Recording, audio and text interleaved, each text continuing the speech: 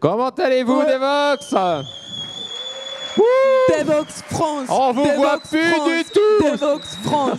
Devox France. Bon, on voit rien du tout. Nous, on nous a dit, au palais, il y a de la fumée. On s'est dit, il faut l'utiliser. OK, on sait pas pourquoi faire. Bon, je vois rien du tout. Hein. Est-ce que vous allez bien derrière ce nuage? Ouais, on n'entend pas grand-chose. Hein. On n'entend rien parce que la fumée nous empêche d'entendre. Est-ce que vous allez bien? Ouais. Ah, ça va un peu mieux quand même. Ça va mieux. Bon, hier soir, j'espère que certains sont restés. Vous avez profité de la soirée, c'était bien? Bon. Il était tôt pour cette vidéo, peut-être. On a ça va. Donc, oui, on est là donc, pour démarrer la journée, des 3 keynotes qui arrivent. Et on va d'abord passer des petits messages. Donc, Arnaud. On va déjà parler du programme de la journée. Donc, en ce vendredi, dernier jour de Devox France 2022. Oh. Bon, on va terminer à 17h45 par les cascodeurs, dernière session qui revient avec, si j'ai bien entendu, le retour de la bière pour ceux et celles qui aiment. Et ouais, non, allez. Aussi, n'oubliez pas le Café Philox qui fait son retour donc dans la partie mezzanine. C'est à 13h, à partir de 13h, donc côté Neuilly. Donc si vous voulez justement discuter un peu d'autre chose que juste de la tech et voir un peu plus loin, le Café Philox vous attend. Et puis voilà. Et déjà, merci beaucoup parce que vous n'avez pas du tout envoyé des messages négatifs et des critiques méchantes dans l'application. Il n'y avait pas non plus positif. Voilà, parce que ça ne marchait pas, l'appli. Voilà. Donc, bien sûr, c'était bienveillant, mais effectivement, on s'excuse pour les orateurs, oratrices. Malheureusement, le système de vote de l'application est défaillant et bon, le temps que ça soit mis en place sur les stores, il y a de fortes chances que la conférence soit terminée. Mais bon, déjà, est-ce que maintenant qu'il n'y a plus de fumée, moi j'aimerais bien faire un selfie pour les prochains 10 ans, pour voir si dans 10 ans on peut l'afficher. Oh! Allez, Allez, bougez, ouais. Allez, c'est bon. Et puis, merci beaucoup déjà. Espérons que ça sera là dans 10 ans. Et en parlant du programme, toi qui étais le maître absolu du programme, vraiment, Arnaud, c'est grâce à lui que le programme a lieu à la fin. Grâce à l'équipe. Qu'il à la dernière minute, il trouve les remplaçants et tout ce qu'il faut. Donc déjà, est-ce que tu as eu des sujets que tu paries que dans 10 ans, on en parlera encore? Moi, il y en a un qui est évident pour moi, Apache Maven. OK. PMC Maven un jour, PMC Maven toujours. Je vois un autre sujet. Jenkins? Non, mais ça va. OK. Bon, mes prédictions sont peut-être pas les plus affûtées. OK. Moi, je pense que moi non plus, je peux pas être très objectif. Parce qu'à chaque fois, je pense beaucoup aux sujets qu'on travaille dans ma boîte et aux sujets dans lesquels je travaille aujourd'hui. Du coup, je manque un peu de recul par rapport à ça. Mais du coup, j'aimerais bien qu'on ait quelqu'un qui puisse nous donner une future perspective de sujet pour les prochains 10 ans. Nous allons avec la boule de cristal. Nous allons accueillir Ludovic Cinquin. Ludovic. Merci. Merci. Oui, donc Ludovic, tu étais le PDG de Docto, qui maintenant fait partie d'Accenture. Absolument. Et tu es le CTO d'Accenture maintenant, c'est ça? En France. En France. C'est déjà quelque chose. Et tu accompagnes depuis longtemps beaucoup des entreprises sur tout ce qui est la stratégie numérique et aussi la culture et l'agilité. Et tu as écrit des bouquins par rapport à ça, des recettes d'agilité. Et aujourd'hui, tu vas jouer à la boule de cristal pour les prochains 10 ans. Je vais essayer. Tu vas essayer? Bon, merci beaucoup. Un grand applaudissement. Merci.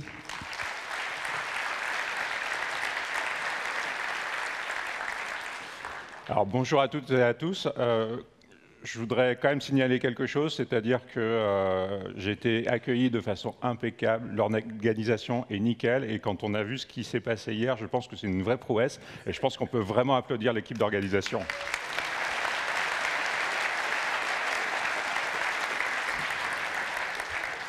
Alors, je vais me risquer aujourd'hui à un exercice particulièrement délicat, qui est effectivement celui de la boule de cristal, et c'est un peu casse-gueule. Premier problème technique, mon zip ne marche plus. Si, c'est bon. Voilà.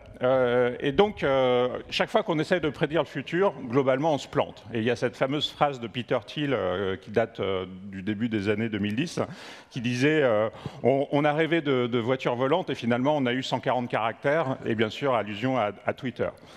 Et donc, finalement, chaque fois qu'on essaye de prédire le futur, on se plante.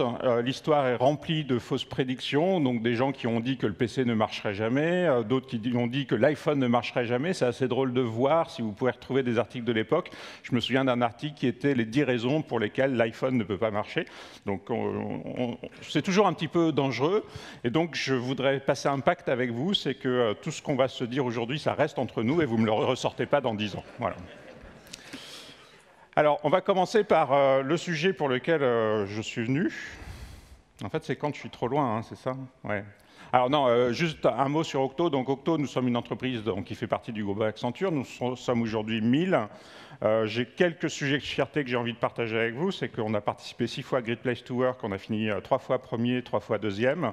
On est certifié B Corp, un label qui est très important pour nous. On est membre de la Convention des entreprises pour le climat. Et nous venons de faire un mariage d'amour avec Binext, qui était un spécialiste du product management, et donc on va faire plein de belles choses ensemble. Ça va être pénible. Donc, le sujet pour lequel je suis venu, c'est de vous présenter les mégatrends du digital.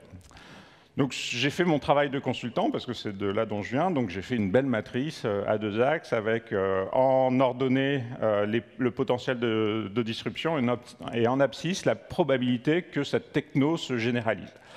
Alors ce que vous voyez, c'est globalement les grands domaines technologiques du moment. Et puis je vais les commenter un petit peu. Donc j'ai déjà viré toutes les choses que je ne connais pas du tout, qui sont la bioingénierie, qui je pense va quand même révolutionner pas mal de choses dans notre quotidien. Je ne parle pas des deep tech non plus, donc notamment tout ce qui inclut une dimension matérielle dans l'innovation. Je ne parle pas des nanotech, qui sont probablement très prometteuses aussi. Je ne parle pas de la robotique et je ne parle pas de l'impression 3D. Donc j'ai quand même évacué une petite partie du champ et je ne vais parler que de technologie digitale. Et donc sur ce panorama, j'ai placé le quantum computing à gauche, c'est-à-dire que c'est quelque chose qui peut être très disruptif, mais quand on parle avec les spécialistes du quantum computing, et si on s'éloigne un peu du sensationnalisme de la presse, on se rend compte que la probabilité que le quantum computing arrive un jour, c'est à peu près l'équivalent de la fusion froide, quoi. C'est-à-dire qu'on n'y est quand même pas du tout, et c'est pas sûr que ça arrive dans les 10 prochaines années. Donc je l'ai mis très à gauche dans le schéma. J'ai mis Brain-Machine Interface parce que je pense que la connectivité, enfin le bridge entre le numérique et le monde physique peut être quelque chose qui devienne très important. Ça peut être assez disruptif, mais bon, ça restera. Je ne sais pas si on sera tous des cyborgs dans 10 ans non plus. J'ai mis l'intelligence artificielle très en haut à droite, parce que je pense que c'est quelque chose qui est déjà là, qui disrupte déjà notre quotidien, et probablement qu'on n'est qu'au début de ce chemin-là. Il y avait une célèbre phrase de Kevin Kelly qui disait « Si vous ajoutez de l'intelligence artificielle à n'importe quelle activité, vous avez une croissance exponentielle ». Donc peut-être que l'intelligence artificielle va peut-être tenir cette promesse, on en discutera. Le cloud, qui fait partie de notre quotidien, mais moi j'étais persuadé jusqu'à la crise sanitaire que toutes les entreprises faisaient du cloud massivement. Et puis il y a la fameuse phrase qui dit que c'est quand la mer se retire qu'on voit ceux qui nageaient sans maillot de bain. Et on a vu tous ceux qui nageaient sans maillot de bain. Donc le cloud est en train de devenir massivement une technologie acquise par les entreprises, et c'est quelque chose de très disruptif, parce qu'à partir du moment où on est capable de livrer beaucoup plus souvent, ça change complètement la façon de concevoir et de développer des systèmes d'information. La 5G, l'IoT, qui va pas disrupter grand-chose, parce que, enfin, ça dépend si on commence à connecter tous les objets, là, ça peut avoir un vrai effet. Quand on remplace juste la 4G, ça fait pas des choses énormes, mais c'est discutable, j'en conviens. Les métavers et la réalité virtuelle, il y a tellement d'argent qui va être mis sur la table dans les prochaines années que probablement ça va booster cette activité. Blockchain, on verra, mais moi c'est une technologie que je trouve hyper ambivalente, hein, donc je la mets un peu en milieu de tableau, c'est-à-dire ça disrupte certains usages, mais aujourd'hui on est en train de l'utiliser pour des choses pour lesquelles elle est super pas faite, et il ne faut surtout pas le faire, et on en rediscutera. Et puis le petit loser de la classe, mais moi que j'aime bien, qui est low code, no code, qui va peut-être pas disrupter grand-chose, mais qui va probablement faire son petit bonhomme de chemin pour changer le monde dans lequel on vit, parce qu'il y a une telle pénurie de développeurs que rendre accessible la construction de systèmes à des gens qui n'ont pas fait 10 ans d'études en génie logiciel, ça peut s'avérer très utile. Ça, c'est si on continue le monde tel qu'il est aujourd'hui. Et le problème, je ne sais pas si c'est un problème d'ailleurs, c'est que je ne suis pas sûr que le monde tel qu'il est aujourd'hui va continuer. Donc je vais vous proposer 3 scénarios plutôt dystopiques. Donc peut-être que je vais vous casser le moral pour le reste de la journée, mais on va quand même essayer d'ouvrir sur des choses positives à la fin. Donc les 3 scénarios, c'est World Tech Companies, Digital Cold War et Digital Detox. Et donc on va commencer avec World Tech Company. Dans ce scénario, alors le jeu des scénarios, c'est de les outrer au maximum pour voir ce que ça dit du monde dans lequel on est. Donc dans ce scénario, il y a quelques multinationales, essentiellement américaines et quelques-unes chinoises, qui dominent les services digitaux B2C et qui poussent au tout digital. Quand on utilise le mot GAFAM, on oublie un peu ce que ça veut dire parce qu'on le voit tellement partout. GAFAM, pour moi, ça a une signification hyper particulière. Ce sont les entreprises qui essayent de vous loquer dans un écosystème qui va subvenir à tous vos besoins. Et si vous regardez les stratégies de ces entreprises, elles essayent de faire en sorte que vous leviez Amazon, que vous couchiez Amazon et que vous ne quittiez jamais cet univers tout au long de la journée. C'est pareil pour Apple, c'est pareil pour Microsoft, et c'est pareil. Donc ils jouent sur des leviers qui peuvent être un peu différents, mais la logique finale est à peu près la même. Donc ils produisent des devices ou des OS qui vous permettent de vous connecter. Ils créent des bulles de services digitaux. Ils offrent des solutions de paiement et puis ils regardent de plus en plus du côté de la banque assurance. Ils proposent des services de stockage sur le cloud pour que toutes vos données restent chez eux. Ils proposent des services de loisirs, donc jeux en ligne, streaming audio, vidéo. Ils proposent des réseaux sociaux. Et puis probablement que demain, tout le monde va étendre ce type de service vers le métavers. Et probablement qu'on aura dans nos systèmes de mobilité, donc on commence à parler de l'Apple Car, on va probablement aussi avoir des moyens de déplacement qui vont être, on va dire, sous maîtrise de ce type d'acteurs. Leur objectif, c'est que vous puissiez passer votre vie dans cet écosystème, et quelque part, c'est le scénario prolongation de ce qu'on vit. Donc si on tire les tendances de ce qu'on vit actuellement, de façon linéaire, on tombe peu ou prou dans ce scénario-là. Alors, je pense qu'il va y avoir des nouveaux entrants. Je pense qu'il y a un consortium Musk Industry avec Twitter dedans pourrait faire partie du jeu. Et je pense qu'il y a des acteurs chinois aussi qui vont se positionner. Alors, la conséquence de ça, c'est que, en fait, ce qui permet ce scénario, c'est que l'accumulation de données offre un unfair competitive advantage. Ça veut dire que plus vous avez de données, plus vous êtes capable de contrôler ce qui se passe et plus vous augmentez le ticket d'entrée de ceux qui voudraient vous courir après. Quelque chose d'à peu près inédit dans l'histoire du monde, c'est qu'on commence à avoir des entreprises qui ont la puissance et le moyen d'État. Donc on compare souvent la capitalisation boursière avec le PNB. Pour moi, c'est du stock avec du flux, donc ce n'est pas une très bonne comparaison.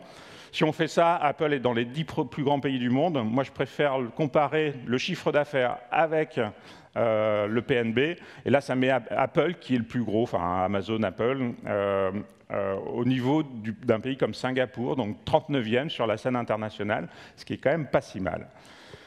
Et de plus en plus, on voit des tensions entre ces sociétés et les États. Donc on a de plus en plus de conflits.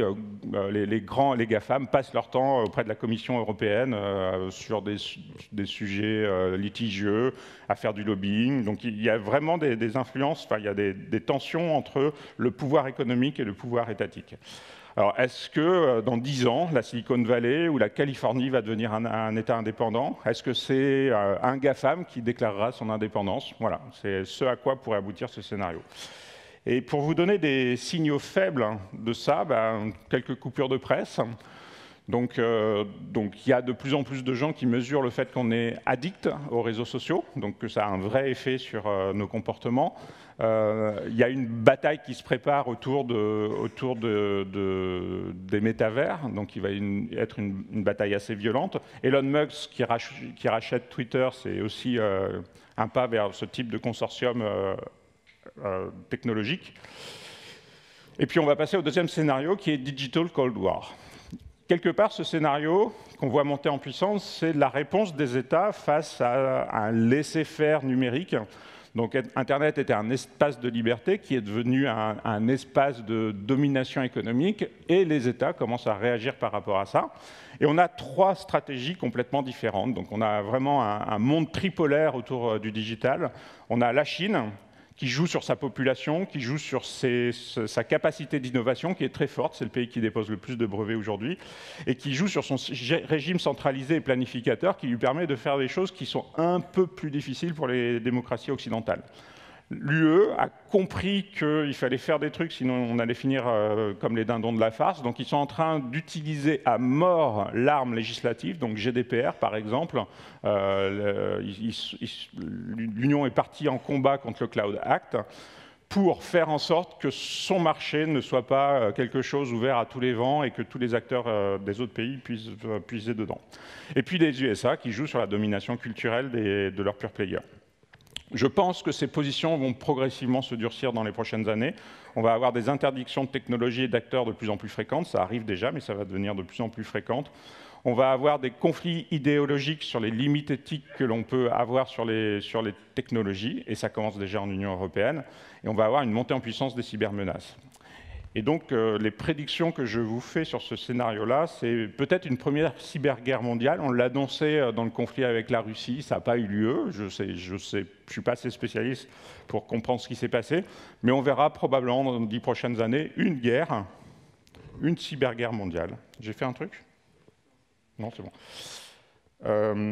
Je pense que la Chine est particulièrement dotée dans cette compétition par le poids démographique, donc ça fait qu'elle a plus d'ingénieurs et ça va être une clé pour le futur. Elle a plus de data et en plus elle n'a pas de restrictions pour capturer cette data, et plus on a de data, plus on a des algorithmes puissants quand on fait de l'intelligence artificielle. Donc ça lui donne un vrai atout dans ce qui va se passer.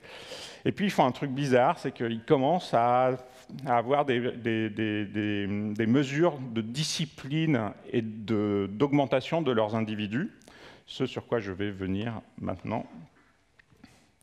Donc, par exemple, dans les signaux faibles, il y a l'invalidation du Privacy Shield des États-Unis, donc qui fait que le droit européen, je ne vais pas rentrer dans les détails, c'est hyper technique, mais le droit européen et le droit américain sont absolument inconciliables dans le monde du digital. Vous avez entendu Huawei qui était interdit de Google par les États-Unis, donc les Chinois qui n'ont plus le droit d'utiliser des technologies américaines. Il y a le Parlement européen qui veut bannir la reconnaissance faciale, contrairement à toutes les autres plaques mondiales. On a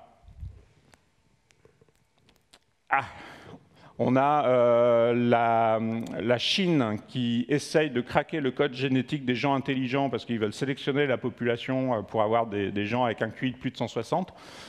On a la Chine qui a interdit donc qui a limité le jeu pour les jeunes il n'y a pas très longtemps. Ils sont en train d'étendre cette limitation à l'utilisation des médias sociaux et du streaming. Donc ils veulent faire une jeunesse hyper disciplinée et aussi intelligente que possible, avec une volonté d'hégémonie relativement évidente. Ok, et le troisième scénario, c'est Digital Detox. Alors, si vous étiez là hier, vous avez vu la conf de Frédéric Bordage, et je vais redire des choses qu'il a dites. je pense que ce n'est pas si grave parce que c'est un sujet qui est vraiment critique. Là, vous avez le stock des matières premières, donc slide qu'il a présenté. Sur ce slide apparaît en plus la composition d'un terminal. Donc vous voyez toutes les matières premières qu'il faut pour construire un terminal. Et vous voyez que quand même, les 4 qui vont s'épuiser dans la décennie ou dans les 2 décennies qui viennent sont nécessaires pour construire un terminal aujourd'hui. Donc la grande question que posait Fred hier, c'est en fait, est-ce qu'on aura encore des ordinateurs pour fonctionner demain? Donc dans ce scénario, on a un épuisement des ressources qui entraîne un déclin du solutionnisme technologique. Donc là, on a un réflexe qui est on va résoudre tous les problèmes avec de la technologie. Demain, peut-être que ce sera plus possible. Le offline revient en force, parce que probablement qu'on aura de l'intermittence des sources de puissance. On verra tout à l'heure qu'on est à 2 doigts de la panne de courant généralisée en France, quand même, aujourd'hui. On aura de l'intermittence dans les énergies, donc, qui vont faire qu'on n'aura pas accès tout le temps au réseau, donc probablement que le positionnement vis-à-vis du cloud va changer. Et avoir des ordinateurs va être compliqué. En fait, c'est déjà compliqué, ça arrive déjà. Si vous cherchez à équiper une entreprise en ordinateur, si c'est des PC et pas des Mac, probablement que ça va vous prendre entre 6 mois et 1 an, aujourd'hui. Alors on peut dire que c'est parce que les chaînes logistiques ont été disruptées par le Covid. Oui. Il y a une autre lecture qui est que ce scénario a déjà commencé et on ne va pas tomber d'une falaise. En fait, on va avoir des petits pets dans le système qui vont s'amplifier, devenir de plus en plus fréquents, auxquels on va s'habituer progressivement, mais qui vont nous faire basculer dans quelque chose de complètement différent. Donc dans les signaux faibles, il y a ces deux-là. Donc si vous entraînez un modèle d'IA, par exemple, c'est l'équivalent, certains ont calculé, de 5 voitures pendant tout leur cycle de vie. Donc un modèle IA, c'est 5 voitures pendant tout leur cycle de vie. C'est plusieurs. Alors moi, il y a une unité que j'aime bien utiliser, qui est le vol aller-retour pour New York, parce que c'est à peu près 1 tonne de carbone. Il faut qu'on soit tous dans un environnement durable à 2 tonnes de carbone. Donc vous avez le droit de faire 2 fois Paris-New York en avion, et pas en business, en économique. Et puis après, il ne faut plus que vous émettiez de carbone de toute l'année. Voilà, c'est ça le budget carbone qu'on a demain dans le monde dans lequel on est. Quand on entraîne un algorithme d'IA, on pète complètement ce budget carbone. Donc ça pose quelques questions. On a échappé donc au blackout électrique, je vous en ai parlé. Dans les autres choses, je suis tombé sur ce truc, je suis tombé de ma chaise, donc je vous invite à aller vérifier. Il y a la source, non, elle n'est pas là, mais je pourrais vous la donner si vous le souhaitez. Quand vous faites une transaction sur le Bitcoin, vous émettez 1 tonne de carbone. Donc vous avez fait un aller-retour Paris-New York en faisant une transaction sur le Bitcoin. Je vous livre les chiffres, c'est une source fiable, mais ça me dépasse tellement mon entendement que je doute. Voilà. Ça veut dire que vous faites 2 transactions en Bitcoin, vous avez épuisé votre budget carbone si on veut un monde durable. C'est assez vertigineux. Et du coup, si on continue sur ce scénario, il y a un livre qui est un vieux livre de 1955 qui s'appelle La vague montante, que des chercheurs du CEA nous ont fait découvrir chez Octo. Et dans cette histoire, il y a des gens qui reviennent plusieurs dizaines de milliers d'après sur la Terre et ils se retrouvent avec des gens qui vivent quasiment à l'âge médiéval, quoi. Il n'y a plus aucune technologie, ils vivent très simplement, pratiquement dans le dénuement. Et ils sont très surpris parce qu'ils ont l'impression que la Terre allait devenir un empire technologique incroyable. Puis à un moment donné, il y en a un qui a un problème médical. Et puis il dit, c'est bon, je vais crever. Avec la science qu'ils ont, là, c'est sauvage, c'est sûr que je vais y passer. Puis à ce moment-là, ils sortent un super équipement médical hyper performant, ils le soignent en 2 coups de cuillère à peau et le gars est sauvé. Et ça a permis à ces gens-là, donc ces personnes du CEA, d'introduire un concept que je trouve assez intéressant, qui est assez proche de celui que Fred Bordage a abordé hier, qui n'est pas celui des slow-tech, mais celui des high-tech. Les high-tech, c'est des technologies qui se définissent selon 4 critères. Est-ce que c'est une technologie qui respecte l'objet? Est-ce qu'on fait des objets qui sont sympas à utiliser, sympas à regarder, qui sont beaux, qui sont agréables? Est-ce que c'est des objets qui respectent l'usage? C'est-à-dire, est-ce que c'est un slip chauffant, par exemple, ou c'est un vrai truc qui nous aide à faire des vraies choses dans la vie? Est-ce que ça respecte l'environnement? Est-ce que quand on le fabrique, on n'est pas dans la gabegie de ressources à tout crin? Est-ce que ça respecte l'humain? C'est-à-dire que est-ce qu'on cherche à susciter un comportement d'addiction? Est-ce qu'on utilise des enfants pour le fabriquer en Birmanie? Enfin, voilà. Donc, ces 4 dimensions sont des dimensions importantes qui permettent de savoir si on est dans le vrai sur la tech.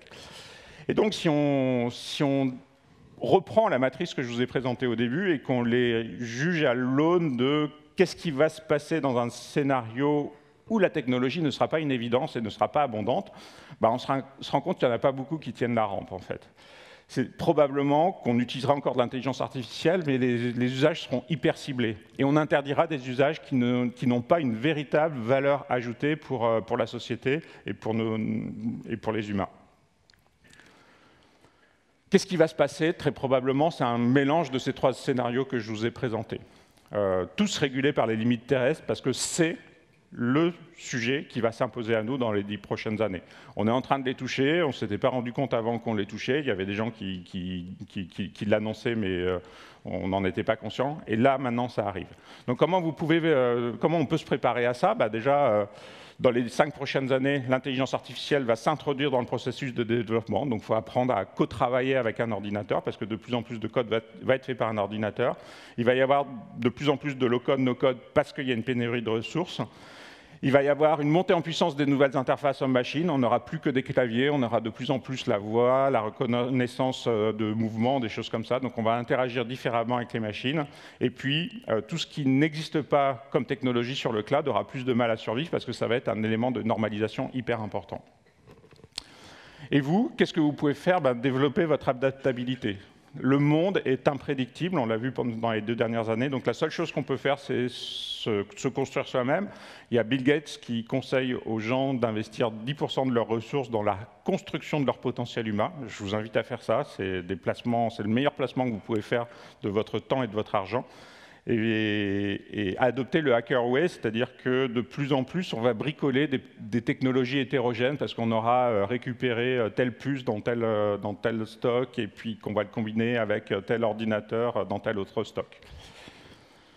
Et puis, le dernier point, c'est qu'il faut agir en conscience, c'est-à-dire dans les 10 prochaines années, nous avons le pouvoir, nous informaticiens, de définir le monde tel qu'il va être. Le monde va fonctionner selon le code que l'on écrit aujourd'hui.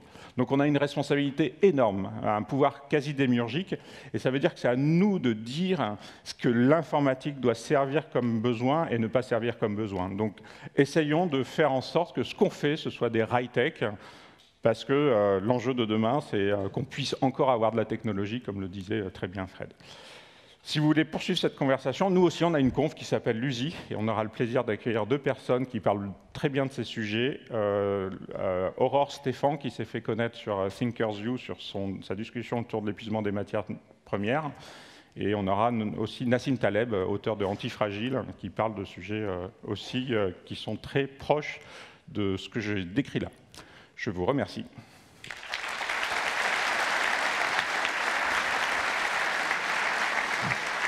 Merci Ludovic.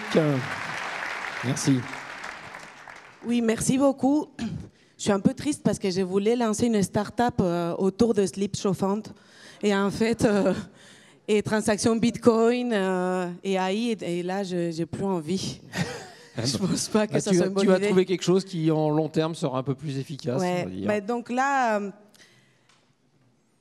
Arnaud, est-ce que tu savais déjà, en changeant de sujet complètement, que pas plus loin qu'il y a 2 mois, en Espagne, ils ont récolté 600 000 signatures pour vraiment protester sur le fait qu'ils se sentaient exclus des banques qui fermaient le face-à-face parce que tout devait passer par des transactions numériques online. Donc 600 000 signatures des gens qui se sentent exclus du système.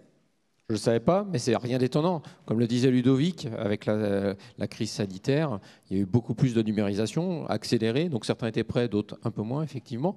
Et effectivement, on laisse sur le carreau toute une partie de la population qui, effectivement, n'est pas prête à utiliser le numérique que nous, on manipule effectivement tous dans la salle aisément, mais ce n'est pas le cas de tout le monde. Oui, et donc est-ce que, moi j'aimerais savoir s'il y a des initiatives, par exemple en France et Belgique, je cite comme ça, qui pourraient nous aider justement pour ça. Alors, il y en a, et justement, on va accueillir aujourd'hui Thomas. Je vais écorcher ton nom, Van Driesch, ou pas? Non, c'est parfait. Ah, c'est parfait. Ouais. Bon, j'ai répété au moins 15 jours. Hein. Oui, Thomas. Ah oui, je t'en prie. Thomas, bien qu'on te voit bien. Donc, toi, tu es directeur d'opération chez We Take Care, c'est ça? C'est ça, exactement. Et chez We Take Care, qui était issu du mouvement Emmaüs, ça, vous exactement. accompagnez des entreprises qui sont dématérialisées vers leur stratégie d'inclusion numérique. Et en plus, vous développez des outils pédagogiques aussi. Voilà, c'est ça. Et là, tu vas nous parler de les bons clics. Très belle synthèse, ouais. Ah là, bah, j'ai bien fait mon travail. Donc, un grand applaudissement. La scène est à toi. Merci.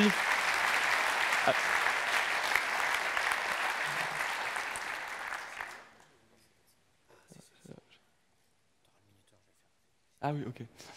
Bon, bah, bonjour à toutes et à tous. Alors effectivement, je m'appelle Thomas, je suis directeur des opérations chez We Take Care et je viens vous parler ce matin de la technologie au service de l'inclusion sociale. Mais alors quand on parle de technologie et d'inclusion sociale, on fait face à un premier sujet ou un premier challenge qui s'appelle la fracture numérique. Alors peut-être que vous en avez déjà entendu parler ou alors peut-être que vous avez entendu parler du terme électronisme. Et je voulais du coup commencer cette petite conférence par vous illustrer ce qu'est la fracture numérique aujourd'hui en France. Et alors, en préparant la conférence, j'ai essayé de trouver une anecdote qui soit particulièrement parlante. Et alors, je travaillais, bon, j'avais plusieurs idées, mais là, ma compagne rentre, elle revenait de chez le médecin, et elle m'expliquait qu'elle était dans la salle d'attente. Donc, jusqu'ici, tout à fait normal. Il y avait une personne à côté d'elle, donc 25-30 ans, sur son téléphone. Jusqu'ici encore, rien d'anormal, hein, puisque dans la salle d'attente du médecin, c'est ce qu'on voit généralement. Et puis, tout à coup, cette personne s'impatiente un petit peu et puis s'adresse à elle en lui disant mais je comprends pas, ça fait un petit moment que j'attends, et il y a plein de gens qui sont arrivés après moi et ils ont été pris avant moi. Je comprends pas ce qui se passe et pourtant, j'ai pris un rendez-vous sur Doctolib. Elle dit, et pour l'anecdote, elle dit Doctolib plus spécifiquement. Et du coup, ma compagne lui dit je vais regarder si vous voulez. Donc elle lui donne son téléphone. Donc là, elle a toute sa vie privée dans les mains. Et elle regarde et effectivement, elle ne voit pas le rendez-vous qui a été pris sur Doctolib. Et donc elle lui dit je pense que vous n'avez pas pris de rendez-vous. Et là, elle a un mouvement de défiance et elle dit mais je ne comprends pas, pourtant j'ai vraiment fait de la manipulation, etc. Et en fait, la fracture numérique, c'est ça. Ce sont des personnes qui vont être en difficulté sur des usages numériques qui sont pourtant essentiels à notre vie quotidienne. Et alors là, j'ai pris l'exemple de Doctolib, qui est pourtant une interface particulièrement simple d'utilisation. Vous pouvez vous imaginer que sur le site des impôts, sur le site des opérateurs, elle va être aussi particulièrement en difficulté. Et donc j'imagine que, ou en tout cas j'espère que cette histoire résonne peut-être avec des histoires personnelles. On a tous été sollicités pour aider un proche sur le site des impôts, pour aider les grands-parents à installer Skype ou pour réserver un billet de train pour le grand-oncle qui habite à un endroit où justement il n'y a plus de guichet de gare. Et alors, cette fracture numérique, qu'est-ce que ça représente en France? Alors, pour vous donner quelques chiffres, c'est 1 personne sur 6 qui n'utilise pas Internet. C'est 38% des usagers qui manquent d'une compétence numérique essentielle, donc ça c'est un chiffre de l'INSEE, et compétence numérique essentielle, on va avoir recherché une information, communiquer. Alors résoudre un problème, c'est justement consulter son compte en banque, prendre un rendez-vous chez le médecin, ou utiliser un logiciel. Et alors plus largement, on a 68% des Français qui déclarent rencontrer des difficultés dans leurs usages du numérique. Et là, on voit bien que c'est un phénomène qui a une ampleur énorme et qu'on peut tous, finalement, à un moment, être sujet à une difficulté confrontée à certaines interfaces et avoir un besoin d'aide. Alors, qui sont ces personnes? Alors, il y a des choses qui sont plus ou moins intuitives et d'autres moins. On va retrouver effectivement les seniors qui sont plus en difficulté que d'autres types de populations. Mais on va retrouver aussi des professionnels qui ont eu peu d'usage du numérique dans leur vie professionnelle. Et puis, peut-être plus contre-intuitif, on va retrouver des jeunes. On a fait une étude, nous, il y a quelques années, par un anthropologue, dans des structures d'accompagnement social. Et on s'est rendu compte que ces personnes, donc on va dire les 16-25, plus globalement, ils avaient des usages quotidiens du numérique. Pas de problème sur les réseaux sociaux, pas de problème dans l'usage de YouTube. Globalement, des usages très smartphone. Mais par contre, au moment d'utiliser un ordinateur, au moment de faire son CV en ligne, de faire une recherche avancée sur le site de Pôle emploi, et là, ça bloquait et il y avait vraiment un besoin d'aide et un besoin d'accompagnement. Plus globalement, ce qu'on voit, c'est qu'il y a une corrélation très forte entre la précarité sociale et la précarité numérique, et qu'on va retrouver plus de précarité numérique chez les bas niveaux de diplôme ou sur les bas niveaux de revenus. Alors, quels vont être les freins à l'usage du numérique? Alors, il y a d'abord un frein d'équipement qui a été mis en lumière pendant le confinement. On pensait que tout le monde aujourd'hui était connecté et que tout le monde était équipé. En fait, on se rend compte qu'il y a aujourd'hui plus de 20% des Français qui n'ont ni ordinateur ni tablette. Et ce n'est pas seulement les personnes âgées, hein, c'est vrai aussi chez les 16-40 ans, on retrouve ce chiffre de 21%. Alors, ils sont plus équipés en mobile, c'est vrai, mais est-ce qu'on peut tout faire avec son mobile? Non, et on l'a vu notamment dans les universités hein, pendant le confinement, où on a dû équiper des étudiants en ordinateur, parce que sinon, ils ne pouvaient plus suivre les cours convenablement. Deuxième frein, c'est un frein de compétences, hein, donc là, assez explicite. Et puis, troisième frein, c'est ce que nous, on va appeler les freins psychologiques. Ce sont des personnes qui vont nous dire, par exemple, c'est pas fait pour moi, je suis trop vieux, c'était mieux avant, etc. Et en fait, derrière tous ces arguments, on retrouve souvent un manque de confiance en soi, hein, dans le fait d'y aller et d'apprendre. Et on va aussi retrouver des personnes qui vont avoir des usages quotidiens, et c'était vrai sûrement de cette jeune fille dans le cabinet médical, mais qui vont bloquer sur des usages un peu plus avancés. Par exemple, des personnes qui vont refuser catégoriquement de faire un achat en ligne par crainte de se faire hacker leur compte ou de se faire arnaquer. Alors, le numérique, une opportunité difficile à saisir pour certains publics. On peut avoir ici aussi deux lectures. C'est-à-dire que d'une part, on pourrait se dire que cette fracture, elle aggrave les inégalités. Et c'est vrai, hein, c'est tout le principe. Alors on appelle ça dans le social la double peine. C'est-à-dire que vous avez déjà une difficulté sociale et en plus va s'ajouter à cette difficulté d'autres difficultés. Un exemple qui m'a marqué là récemment, c'est sur les opérations bancaires. Quand on va... j'imagine que la plupart d'entre vous font des virements assez fréquemment sur Internet. Quand vous allez dans une banque pour faire un virement bancaire, c'est une opération qui est payante. Donc elle est gratuite en ligne, payante en guichet, et ça illustre ce principe de la double peine, c'est que ce sont les populations qui sont les plus précaires qui, quelque part, vont devoir payer pour une prestation qui est gratuite pour la majorité de la population. Mais on peut avoir une autre lecture, qui est une lecture plus positive, en se disant comment la technologie peut accélérer ces parcours d'insertion et peut aider ces personnes à s'insérer plus rapidement. Et alors là, on a mis quelques exemples. On voit qu'il y a un gain sur l'employabilité, par exemple. On passe 25% de moins de temps au chômage quand on est connecté et à l'aise sur les usages digitaux.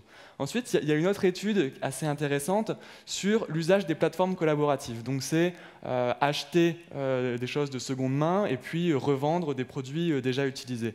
Et là, on estime qu'il y a un gain de pouvoir d'achat par an et par individu qui est autour de 170 €. Alors 170 €, c'est à la fois peu et beaucoup, mais surtout, ce qu'il faut voir derrière ça, c'est que si on y ajoute la possibilité de souscrire à un forfait téléphonique 100% digital, qui est souvent moins cher que les forfaits téléphoniques classiques. Si on y ajoute le fait de pouvoir avoir accès à une banque 100% en ligne, qui est là aussi souvent moins cher que les banques classiques, et petit à petit, on voit que ces gains de pouvoir d'achat vont augmenter. Et il y avait une étude anglaise qui montrait qu'on pouvait penser qu'on est à peu près à 1 200 € de gains de pouvoir d'achat annuel avec une bonne utilisation du numérique plus généralement. Alors ensuite, d'autres gains, un gain sur le lien social, là aussi c'est quelque chose qu'on a beaucoup vu pendant le confinement. Alors bon, je ne suis pas sûr qu'on regrettera totalement les apéros Skype, mais par contre pour des publics qui sont plus isolés, le fait de pouvoir faire une visio, le fait de pouvoir être en lien avec des personnes, d'ailleurs que ce soit de la famille ou d'autres utilisateurs d'Internet, c'est un gain qui est très précieux. Plus généralement, et ça il y a une forme de logique, un gain d'autonomie, on peut trouver l'information, avoir accès à l'information, voilà, se débrouiller par soi-même. Et puis il y a quelque chose qu'on n'a pas mis sur ce slide mais qu'on pourrait ajouter aussi, c'est un gain sur la participation citoyenne. Alors je ne sais pas si vous avez suivi cette campagne électorale, mais il y a certains partis qui ont organisé des primaires citoyennes avant l'élection, et la plupart d'entre elles étaient principalement, majoritairement en ligne, et donc si on voulait y participer, il fallait être connecté. Puis plus généralement, le fait de pouvoir trouver l'information sur les programmes, sur les partis, sur les candidats, de se faire sa propre opinion en allant en ligne, c'est quelque chose qui était offert, ou qui ne pouvait pas profiter à ces personnes.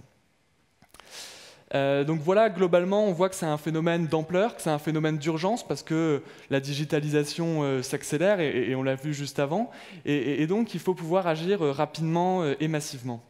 Il y a une autre partie de la population qui est très impactée en fait, par ces transitions. Alors il y a peut-être vous et moi, parce qu'on donne des coups de main de temps en temps à l'entourage, mais en fait les personnes qui ont eu un impact assez fort face à ces changements, ce sont le monde de l'accompagnement social. Alors, de qui on parle quand on dit ça, ce sont par exemple les bénévoles des grands réseaux associatifs, le bénévole de la Croix-Rouge, des Restos du Cœur. C'est par exemple l'assistance sociale qui aide la personne à faire ses démarches en ligne. Ça peut être la personne en bibliothèque où des ordinateurs sont en libre accès et qu'on sollicite fréquemment pour faire les démarches de la personne, ou encore un secrétaire de mairie, et notamment on le voit beaucoup dans les communes rurales, qui sont vraiment le lien avec l'administration pour les personnes. Et alors pour ces acteurs, il y a eu vraiment un questionnement qui s'est opéré. Si on revient 10 ans en arrière, quand on avait un problème d'emploi, on allait voir Pôle emploi, un problème avec la CAF, on allait à la CAF, quand on avait envie d'acheter un billet de train, on allait au guichet de la SNCF. Et quand ces guichets ferment, la seule solution finalement, c'est d'aller voir ces acteurs de proximité et de leur demander de l'aide. Sauf que ces acteurs, et c'est évidemment, ils sont déjà débordés, ils ont plein de choses à gérer, et du coup, ils ont dû ajouter à leur offre de service et à leur offre d'accompagnement cette capacité à accompagner sur le numérique. Et ça a posé pas mal de questions au début, puisqu'on s'est dit, mais finalement, est-ce que c'est à l'action sociale de faire ces accompagnements numériques, sachant qu'il y a déjà beaucoup de travail, sachant qu'il y a des opérateurs qui économisent de l'argent finalement en dématérialisant. Et donc au début, il y a eu un sentiment de défiance de la part des accompagnants sociaux. Ça a évolué progressivement parce qu'ils se sont rendus compte qu'il y avait des services qui créaient de la valeur. Je parlais tout à l'heure de Doctolib, qui rend quand même beaucoup plus simple le fait d'avoir accès à ces professionnels de santé. On peut parler des services de covoiturage qui permettent une mobilité plus simple, plus accessible aux différentes personnes. Et puis aux services même de recherche d'emploi, ces job boards, etc., qui sont hyper utiles finalement quand on est dans une démarche d'insertion professionnelle. Et donc petit à petit, ils s'y sont mis, et c'est vrai que la crise du Covid a vraiment accéléré cette transition, puisque du jour au lendemain, pour ces travailleurs sociaux, le numérique est devenu la seule possibilité pour suivre et continuer à travailler avec ces publics dans une situation justement où il y avait de grandes vulnérabilités et des risques pour ces personnes. En parallèle, il y a eu autre chose qui s'est passé pendant la crise du Covid, c'est que du coup, ce monde de l'action sociale qui était assez peu numérisé jusqu'ici, s'est mis à utiliser la tech dans sa relation avec les usagers pour pouvoir accompagner mieux. Donc à utiliser des outils de visioconférence, à utiliser des outils collaboratifs ou des plateformes en ligne qui permettaient justement de faire le support avec les usagers. Donc un monde qui est en transition, on a écrit un rapport sur justement post-crise Covid, post-premier confinement en tout cas, pour expliquer un petit peu ces évolutions. Donc n'hésitez pas si vous voulez creuser un petit peu le sujet. Mais du coup, un monde en transition qu'il faut également accompagner, puisque quand on parle des bénévoles de la Croix-Rouge, souvent ce sont aussi des personnes retraitées qui ne sont pas forcément les plus à l'aise elles-mêmes avec le numérique, et donc qui ont un besoin d'être accompagnées. Alors pour en venir à l'association que je représente aujourd'hui, donc We Take Care, qui on est? Alors on est une association qui a un double ADN. D'abord un ADN social, puisque comme on le disait en introduction, c'est une association qui est née au sein du mouvement Emmaüs, en observant justement les difficultés que pouvaient avoir les personnes dans leur connexion. Alors 2007-2013, on parlait plutôt du téléphone et du fait de pouvoir avoir accès à des unités téléphoniques pour pouvoir trouver un logement, trouver un emploi, etc. Et puis progressivement, le sujet de la connexion et de l'usage d'Internet qui est venu. Une association Emmaüs Connect qui a été créée justement spécifiquement pour accompagner les personnes dans des lieux.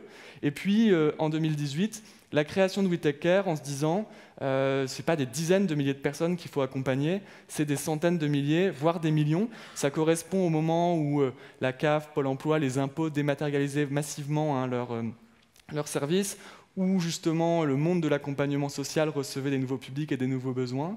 Et donc la création de We Take Care pour se dire comment on peut utiliser la technologie pour accélérer la résolution d'équations sociales telles que celles qu'on vient de décrire.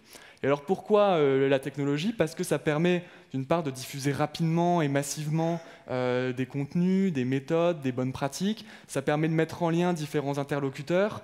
Ça permet de créer des parcours d'accompagnement qui vont être personnalisés selon les besoins des personnes, qui vont être peut-être plus efficaces parce qu'ils vont aussi se baser sur des ressources en ligne. Voilà. Et puis, à côté, une activité de conseil où là, on accompagne des grands réseaux sur la mise en œuvre de stratégies numériques inclusives. On travaille avec Pôle emploi, avec la CAF, on travaille avec des collectivités, etc. Et peut-être pour revenir sur notre usage de la technologie, là, je vais illustrer avec une plateforme qu'on développe et qui s'appelle Les Bons Clics. Alors Les Bons Clics, c'est une plateforme qui existe depuis 2017 environ, hein, et au départ, on a fait quelque chose de très simple, c'est qu'on a créé une bibliothèque de contenu pédagogique très simple, très interactif, sur la communication en ligne, sur les premiers éléments de sécurité, sur le fait de savoir naviguer en ligne. Voilà, et donc vous pouvez voir quelques illustrations ici. Et le but du jeu, c'était que ces contenus puissent être appropriés justement par ces agents en bibliothèque, par ces travailleurs sociaux, par ces bénévoles de la Croix-Rouge, et qui puissent animer des ateliers auprès de leurs usagers. C'était aussi l'idée de se dire que les usagers derrière pouvaient retrouver ces contenus pour pouvoir s'entraîner, progresser dans des environnements très sécurisés. Ça a très vite rencontré son public, si bien qu'aujourd'hui, il y a 45 000 aidants numériques qui sont référencés sur la plateforme. C'est plus de 650 créations de comptes par semaine. Hein, donc vraiment, quand je dis aidants numériques, c'est des personnes qui donnent des coups de main. Alors, c'est majoritairement dans des organisations sociales. Hein, il y en a aujourd'hui 11 000, mais ça peut être aussi pour aider un proche éventuellement. Et donc on s'est dit, tiens, comment on peut aller plus loin? Parce qu'en discutant avec ces différents aidants numériques, on se rendait compte que chacun, sur le terrain, innovait et puis se spécialisait dans un domaine. Il y avait une structure très forte sur le fait de capter les publics, et notamment les publics les plus éloignés, et de les mettre sur le numérique. D'autres structures qui avaient trouvé des moyens d'équiper les gens à faible coût. D'autres structures qui étaient vraiment les spécialistes de la sécurité en ligne, qui avaient fait des ateliers très bien sur le sujet. Et on s'est dit, comment on peut mettre ces gens en réseau et leur faire échanger et partager toutes ces bonnes pratiques. Et donc, d'une plateforme bibliothèque, on y a ajouté une animation de communauté avec des formats assez classiques, hein, donc des articles qui sont publiés très fréquemment. Et puis, quasiment tous les jours, on a des sessions virtuelles où on vient parler d'une thématique spécifique en invitant des partenaires à venir témoigner, montrer ce qu'ils font et puis donner des idées à d'autres pour que globalement, on aille plus vite dans l'apport de solutions sur le territoire et sur le terrain. Alors aujourd'hui, donc, les bons clics continuent de tourner. Enfin, je le disais, il y a une dynamique d'acquisition assez importante. On continue à développer la plateforme. Alors peut-être 2 mots sur ce qu'on essaye de faire ou sur les perspectives. Avec le nombre d'utilisateurs qu'on a aujourd'hui, on se rend compte qu'on a de la donnée qui nous permet d'éclairer un peu la politique publique sur le sujet. Donc on développe un observatoire de l'inclusion numérique où on montre où ça se passe, qui sont les acteurs qui y opèrent, qui sont les publics qui sont touchés. Ça permet aussi d'identifier quelque part les failles dans les dispositifs et éventuellement d'y remédier en faisant du lobbying ensuite auprès des pouvoirs publics. Et puis, on a un deuxième projet qui est de se dire comment on peut aussi donner les capacités aux gens de comprendre finalement le monde qui les entoure, la technologie, pour pouvoir pleinement se l'approprier et être acteur dans la société de demain. Et donc, on travaille sur un dispositif un peu plus mobile, qui a plus grand public, qui a vocation justement à expliquer la technologie et puis éventuellement faire découvrir des nouveaux services. Et alors peut-être avant de terminer cette conférence, je voulais aussi faire l'exercice de me projeter dans 10 ans. Est-ce que dans 10 ans, c'est la fin de l'inclusion numérique? Est-ce que finalement on pourrait se dire, on est sur un enjeu qui est générationnel, que dans 10 ans, les gens seront pleinement équipés, les gens auront appris à utiliser, et puis que finalement tout va tourner? Mais en fait, on a beaucoup parlé aujourd'hui de savoir utiliser un service, être en capacité d'utiliser les services essentiels, mais quelles sont les connaissances et les compétences qui sont indispensables pour être pleinement acteur à l'ère du numérique? Et d'ailleurs, ça fait le lien avec la conférence précédente où on parlait des right tech et la capacité finalement à influer et à finalement identifier ce qu'est une right tech, enfin avoir du pouvoir sur le monde technologique qui nous entoure. Donc est-ce que au-delà de savoir utiliser ou savoir bien utiliser, Il ne faut pas mettre en capacité chacun de choisir les services qu'il utilise en connaissance de cause. Nous, on est beaucoup sollicités, c'est quoi le meilleur fournisseur d'email? Alors, il y a celui qui est ergonomique, il y a celui qui est très respectueux de la vie personnelle, celui qui va être très rigoureux sur la protection des données. Finalement, ça devrait être à chacun de savoir faire un choix en fonction de ces différents paramètres. Mais pour ça, il faut comprendre le monde qui nous entoure et baser ses choix sur des convictions et des convictions politiques. Et puis, on peut même aller plus loin et se dire tous nos outils, tout ce qu'on utilise aujourd'hui au quotidien contient finalement des lignes de code. Et si on veut que ça reste des outils, si on veut pouvoir les modeler selon notre usage, selon nos envies, eh ben, il faut pouvoir influer sur ces outils. Est-ce que finalement, tout le monde, dans 10 ans, ne devrait pas être en capacité de développer ou en tout cas de comprendre des lignes de code pour être pleinement acteur et pleinement émancipé, quelque part, des outils qu'il utilise? Voilà, donc je vais vous laisser sur ces questions. Peut-être pour conclure, vous dire qu'on est, nous, on est une équipe de salariés derrière ces projets, et en même temps, on a des personnes qui viennent nous aider à développer les plateformes, à faire les animations. Et donc, si vous avez envie de vous associer à la démarche, je vous invite à nous contacter, puis on sera ravis de voir comment vous pouvez contribuer, amener de l'expertise, soit amener de l'expertise tech, soit amener du renfort sur ces questions d'animation, de démystification de la technologie. On vous accueille avec grand plaisir. Donc merci beaucoup de votre écoute, et puis à très bientôt, j'espère.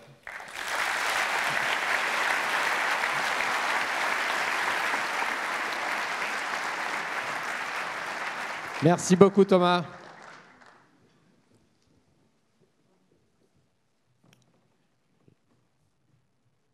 Oui, merci beaucoup pour cette keynote. Et là, donc comme hier, je ne veux pas gâcher l'ambiance, je ne veux pas pourrir ce qui se passe ici, niveau rendre triste. Ouais, c'est pas mon genre, mais je dois annoncer que c'est la dernière keynote de Devoxx. Mais c'est la dernière de cette année. On se retrouve dans un an. Ouais. Bah justement, non. Non.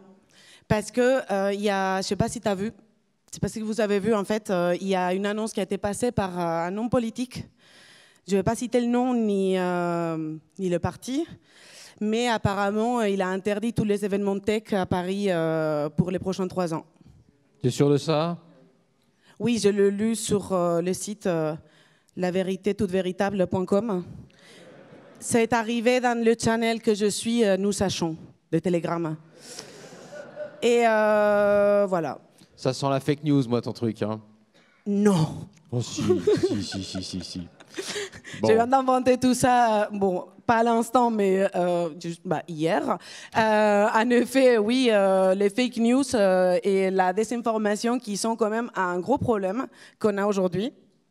Et donc, on va recevoir aujourd'hui Lê Nguyen Wang. Bonjour Lê. Enchanté. Lê, bien. Ben, merci d'être là. Donc, Lê, toi, tu as fait la Polytechnique à Paris. Ouais. Ensuite, tu es parti à Montréal pour faire le doctorat. Tu as tes doctorales à Polytechnique Montréal. Oui, c'est ça. Mais pas content avec ça, tu as fait encore ton post-doctorat au MIT, aux États-Unis. Oui, c'est ça. Après, tu reviens en France. Tu es chercheur en sécurité des algorithmes d'intelligence artificielle. Oui. Conférencier. Conférencier à la Polytech de Lausanne sur les problèmes de sécurité et d'éthique des algorithmes. Voilà. Et je ne sais pas si vous les suivez parce qu'il a quand même une petite chaîne de YouTube, toute petite, juste à peu près 200 000 abonnés. Donc c'est pas petite. C'est pas ta petite chaîne à toi. Ouais, c'est vraiment une chaîne qui s'appelle Science for All. Exactement. Et qui, du coup, t'aborde beaucoup ces sujets-là des algorithmes, de la désinformation. Et suite à ça aussi, tu as cofondé récemment Tournesol. Oui, exactement. C'est ça dont tu vas nous parler aujourd'hui? Oui, tout à fait. La scène est à toi. Merci.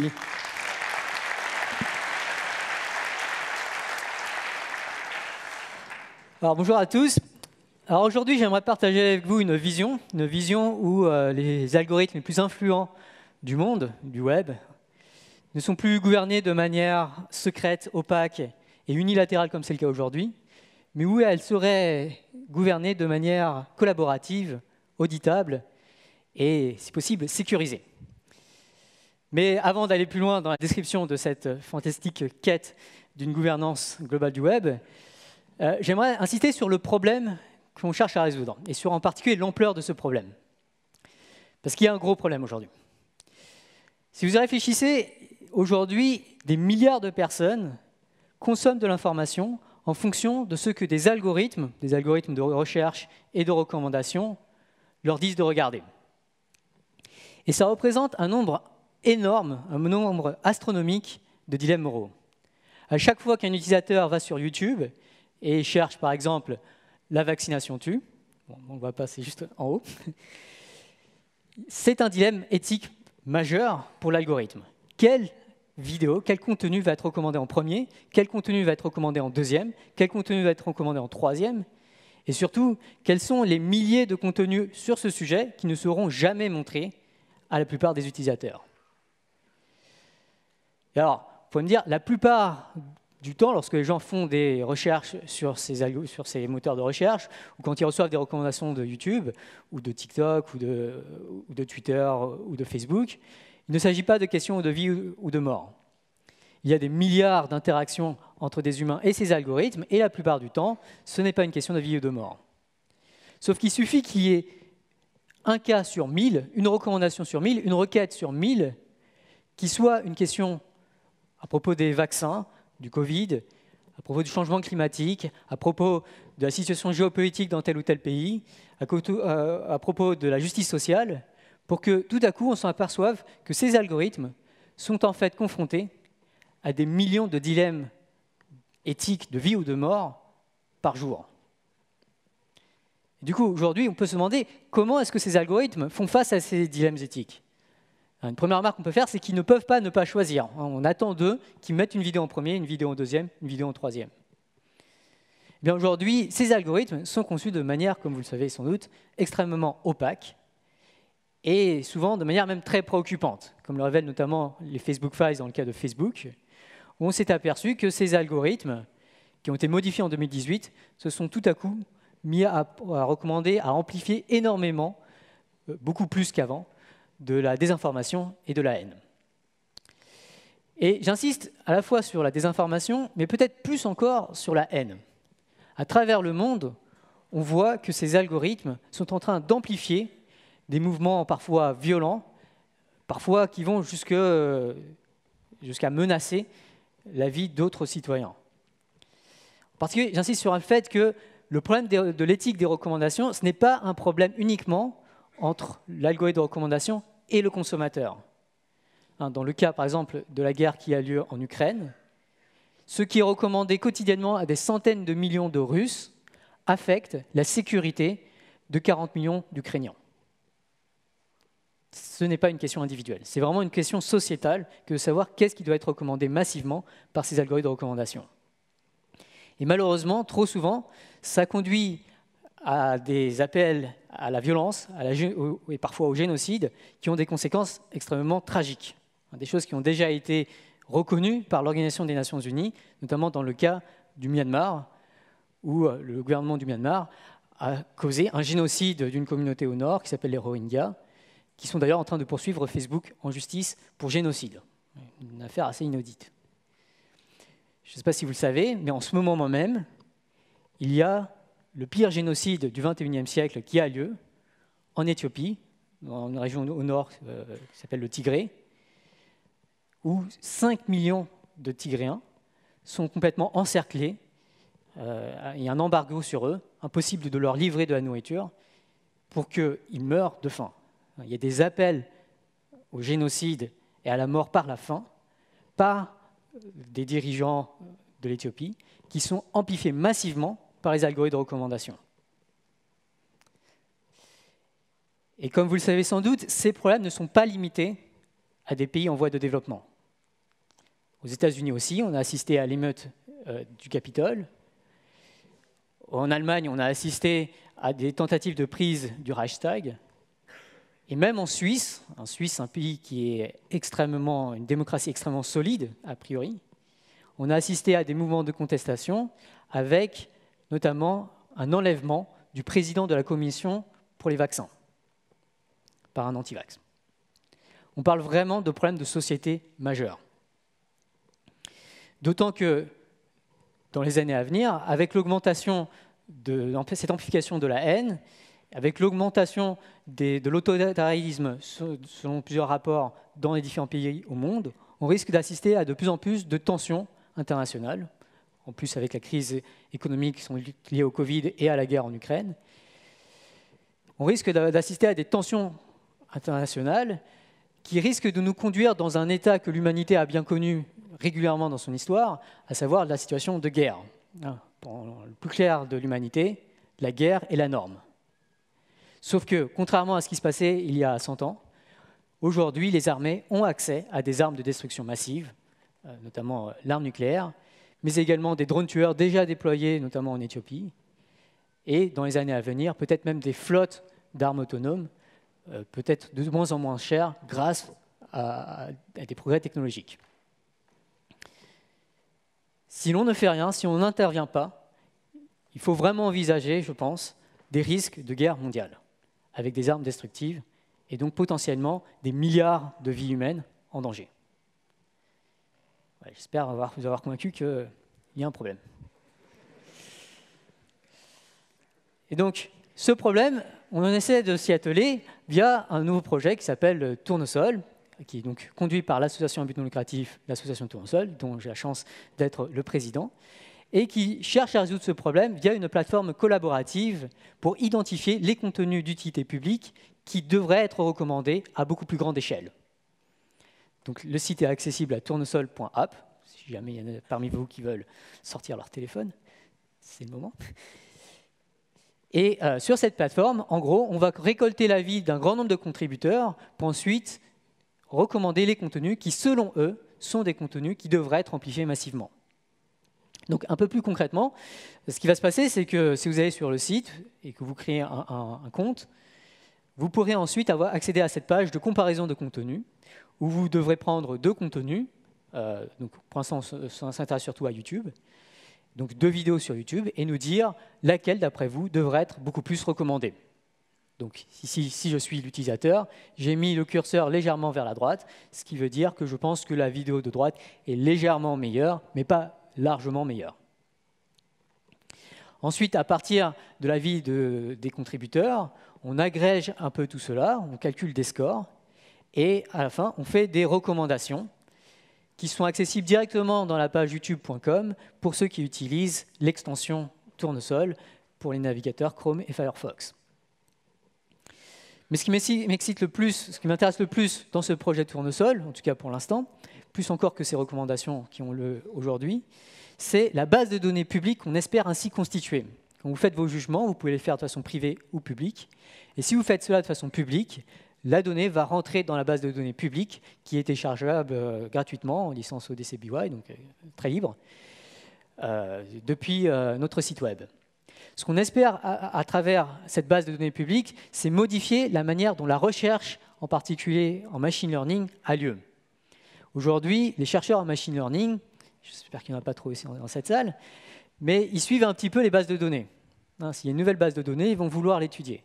Donc ce qu'on espère, c'est qu'au lieu d'étudier comment reconnaître des chats dans une image, ce qui n'est pas inintéressant, mais bon, ce n'est pas forcément ce qui va sauver l'humanité, ce qu'on espère, c'est que ces chercheurs en machine learning vont s'intéresser beaucoup plus au problème de comprendre les jugements éthiques des humains. Et notamment, il y a énormément de défis de recherche à relever pour pouvoir exploiter ces données au mieux, pour corriger par exemple les biais, augmenter la sécurité, et ainsi de suite. Alors, on m'a demandé d'être un peu technique, ce qui a été une très bonne nouvelle pour moi. Du coup, je vais vous parler d'un petit aspect un peu technique, mais ça ne va pas être très compliqué, qui vise à sécuriser les algorithmes de machine learning. Parce que je vais insister sur le fait qu'aujourd'hui, les algorithmes de machine learning ne sont absolument pas sécurisés. Ils sont extrêmement vulnérables. Pour le comprendre, on peut prendre l'exemple de l'un des algorithmes les plus utilisés aujourd'hui, GPT-3, qui est un algorithme d'OpenAI, qui produit 4 milliards de mots par jour. 4 milliards de mots par jour. Et à chaque fois qu'on le lance sur des musulmans, ce qu'on observe, c'est que GPT-3 complète ses phrases en parlant de terrorisme. Et donc, c'est en fait extrêmement dangereux. Mais on peut se demander pourquoi. Qu'est-ce qui fait que cet algorithme, à chaque fois qu'on lui parle de musulmans, il parle de terrorisme? Eh bien, ce qu'il faut comprendre, c'est que ces algorithmes sont entraînés pour répéter et amplifier leur base de données d'entraînement. Donc si ça parle beaucoup de terrorisme à chaque fois que ça parle de musulmans dans la base de données d'entraînement, ces algorithmes vont répéter cela et l'amplifier. Et en fait, cette observation et d'autres nous ont amené à Tournesol à considérer que les algorithmes de machine learning modernes sont en fait des nouvelles formes de scrutin. D'une certaine manière, à chaque fois qu'un utilisateur écrit dans la base de données d'entraînement de GPT-3 quelque chose sur les musulmans et les terrorismes, c'est comme s'il votait pour que l'algorithme qui sera entraîné sur cette base d'entraînement répète la phrase qu'il vient de dire. Lorsque vous rajoutez des données dans la base de données, vous votez d'une certaine manière pour que l'algorithme se comporte d'une manière plutôt que d'autre. Et là, on voit vraiment la limite de la sécurité de cette base de données, puisqu'on voit littéralement que ceux qui parlent plus ont littéralement plus de voix dans le scrutin. Et ça, c'est extrêmement dangereux. C'est d'autant plus dangereux qu'il n'y a pas du tout de tri, de filtre sur la source de données. Et du coup, il suffit pour une campagne de désinformation, pour une propagande, de parler beaucoup pour diffuser et amplifier son message massivement via des algorithmes de machine learning. Donc, les algorithmes de machine learning, aujourd'hui, sont tous conçus selon ce principe qui est extrêmement vulnérable, qui est un vote extrêmement pas sécurisé. Et cette problématique, elle a lieu d'autant plus au niveau des algorithmes de recommandation. Si vous vous mettez à la place d'un pays autoritaire qui veut amplifier certains messages, la meilleure chose que vous puissiez faire pour amplifier ce message, c'est hacker l'algorithme de recommandation de YouTube ou de Google ou de Facebook pour qu'il l'amplifie et recommande massivement votre message. Et comme on l'a vu, il suffit d'être très loquace, par exemple en créant beaucoup de faux comptes qui vont voter d'une certaine manière, par exemple liker et retweeter les tweets d'une certaine manière.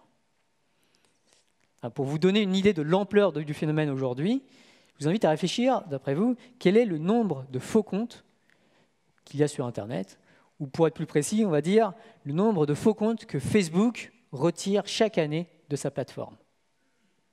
Est-ce qu'on parle de milliers de faux comptes, de dizaines de milliers de faux comptes, de millions de faux comptes? Ouais, donc la réponse, c'est 7 milliards. Chaque année, Facebook retire 7 milliards de faux comptes. La plupart des comptes sur Internet sont des faux comptes. Et ces faux comptes sont utilisés pour hacker les algorithmes, parce que littéralement, plus de comptes, c'est plus de voix pour hacker l'algorithme, pour voter pour que l'algorithme se comporte d'une manière plutôt qu'une autre. Alors, sur Tournesol, on a différentes méthodes pour pouvoir essayer de sécuriser cela et faire en sorte que les contenus recommandés par Tournesol ne soient pas ceux décidés par une campagne de troll, par exemple. Et donc, il y a des systèmes de certification de compte. Moi, je vais parler d'un autre aspect, c'est comment est-ce qu'on fait pour vérifier qu'un utilisateur unique ne puisse pas modifier complètement le score d'une vidéo et faire en sorte qu'elle soit tout à coup dans le top et qu'elle soit recommandée. Eh bien, on voit ça comme un vote. Donc, imaginez qu'on a 5 contributeurs et qui ont des avis différents sur la qualité d'une vidéo.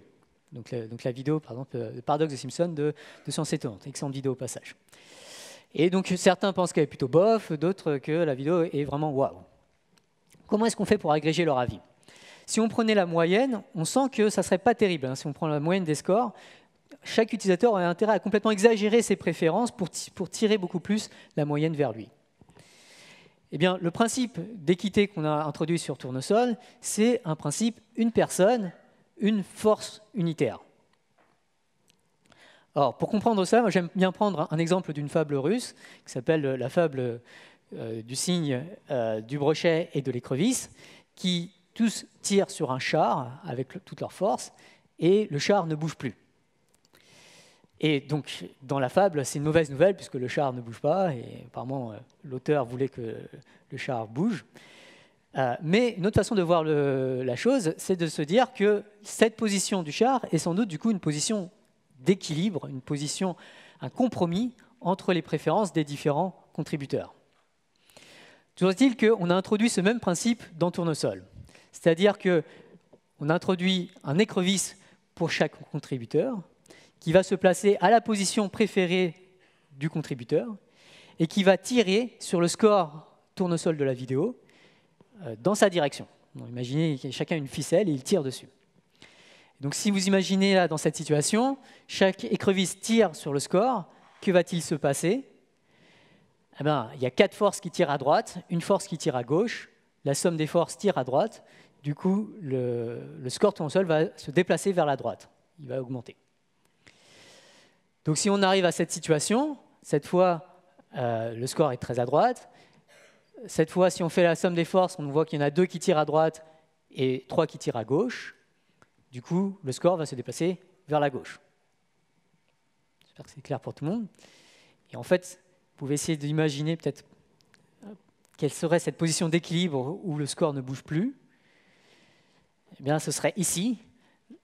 Si le score est là, en fait, il y en a 2 qui tirent à gauche, 2 qui tirent à droite et 1 qui est à la position, du coup, il tire au milieu, quoi. Et donc là, ça serait la position d'équilibre. Donc pour ceux qui connaissent, bon, j'imagine que vous connaissez tous, cette position d'équilibre, c'est ce qu'on appelle la médiane. C'est le milieu, là où la moitié tire à gauche, la moitié tire à droite. En fait, la médiane, ça marche bien, mais ça ne marche pas suffisamment bien pour Tournesol, parce qu'il y a encore le risque qu'il y ait un seul contributeur qui va noter, un contributeur qui va prendre une vidéo sur YouTube qui n'a jamais été notée, et qui va être le seul à la noter, et du coup, si c'était la médiane, le score de la vidéo serait le score selon ce contributeur. Et du coup, s'il est malveillant, il pourrait faire en sorte que ce score soit très élevé. Et donc on a une petite astuce qui consiste à mettre tout ça dans une vallée parabolique. Et intuitivement, l'avantage de la vallée parabolique, c'est que lorsqu'on a 2 contributeurs qui veulent tirer à droite, au bout d'un moment, ils vont être confrontés à la gravité. La pente de la vallée va être trop grande. Et du coup, il faut vraiment plus de force pour contrer la gravité. Et du coup, 2 contributeurs ne peuvent pas pousser cette vidéo très loin. Et c'est comme ça en fait qu'on vérifie dans Tournesol le fait que chaque contributeur a un influencement limité sur les scores de Tournesol, à travers le principe une personne, une force unitaire, plus cette régularisation quadratique. Voilà. En conclusion, j'aimerais insister sur, déjà sur la sécurité du machine learning. C'est très important aujourd'hui, surtout si vous travaillez avec des données d'utilisateurs qui peuvent être malveillants, qui ne sont pas assez certifiés. Je pense que c'est une problématique très importante. Mais plus généralement, je vous invite à réfléchir beaucoup plus au problème de ce que font les algorithmes les plus déployés à grande échelle aujourd'hui sur les enjeux de sécurité nationale notamment. Et si vous trouvez que ma première partie a été convaincante, je vous invite vraiment à contribuer. On a vraiment besoin de contributions à Tournesol pour pouvoir faire de Tournesol quelque chose d'influent, voire, si possible, un jour un standard, voire quelque chose qui soit vraiment réutilisé en pratique par des considérations légales ou par des entreprises privées. Et pour faire en sorte que Tournesol soit utilisé, je vous invite à contribuer à Tournesol. Vous pouvez contribuer soit directement à la base de code de Tournesol, vu que vous êtes des développeurs. La base de code de Tournesol est sous licence AGPL, donc libre et open source. Donc on a beaucoup de partenariats, on a des partenaires avec 2 entreprises notamment qui nous aident à développer ce code, avec le PFL également. Et sinon, vous pouvez également contribuer à Tournesol en allant directement sur ce site web et en nous aidant à identifier les contenus de top qualité, en enrichissant ainsi la base de données et, si possible, en aidant à faire en sorte que cette base de données devienne un standard de la recherche en machine learning. Enfin, si vous voulez en savoir plus en général sur ce que j'appelle le fabuleux chantier de rendre les algorithmes les plus influents, bénéfiques et si possible robustement bénéfiques pour l'ensemble de la population mondiale, je vous invite à lire différentes ressources ou à regarder différentes ressources que j'ai produites à ce sujet. Donc très rapidement, à gauche, c'est le livre qui contient un peu toutes ces idées qui s'appelle Le fabuleux chantier. Au milieu, c'est un truc un peu plus drôle, j'espère, qui s'appelle Smart Poop, qui est une science-fiction sur une IA qui analyse des excréments et plein de choses qui peuvent mal se passer lorsqu'on a cela. En haut à droite, c'est le white paper de Tournesol, et en bas à droite, c'est la série de vidéos que je fais à ce sujet. Et sur ce, je vous remercie de votre attention.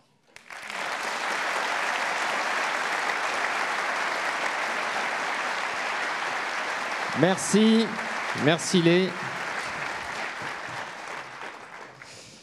Oui, merci beaucoup. Un dernier mot, Arnaud. Une bonne journée à toutes et à tous. Donc n'oubliez pas les différents événements de la journée. On est là encore assez tard.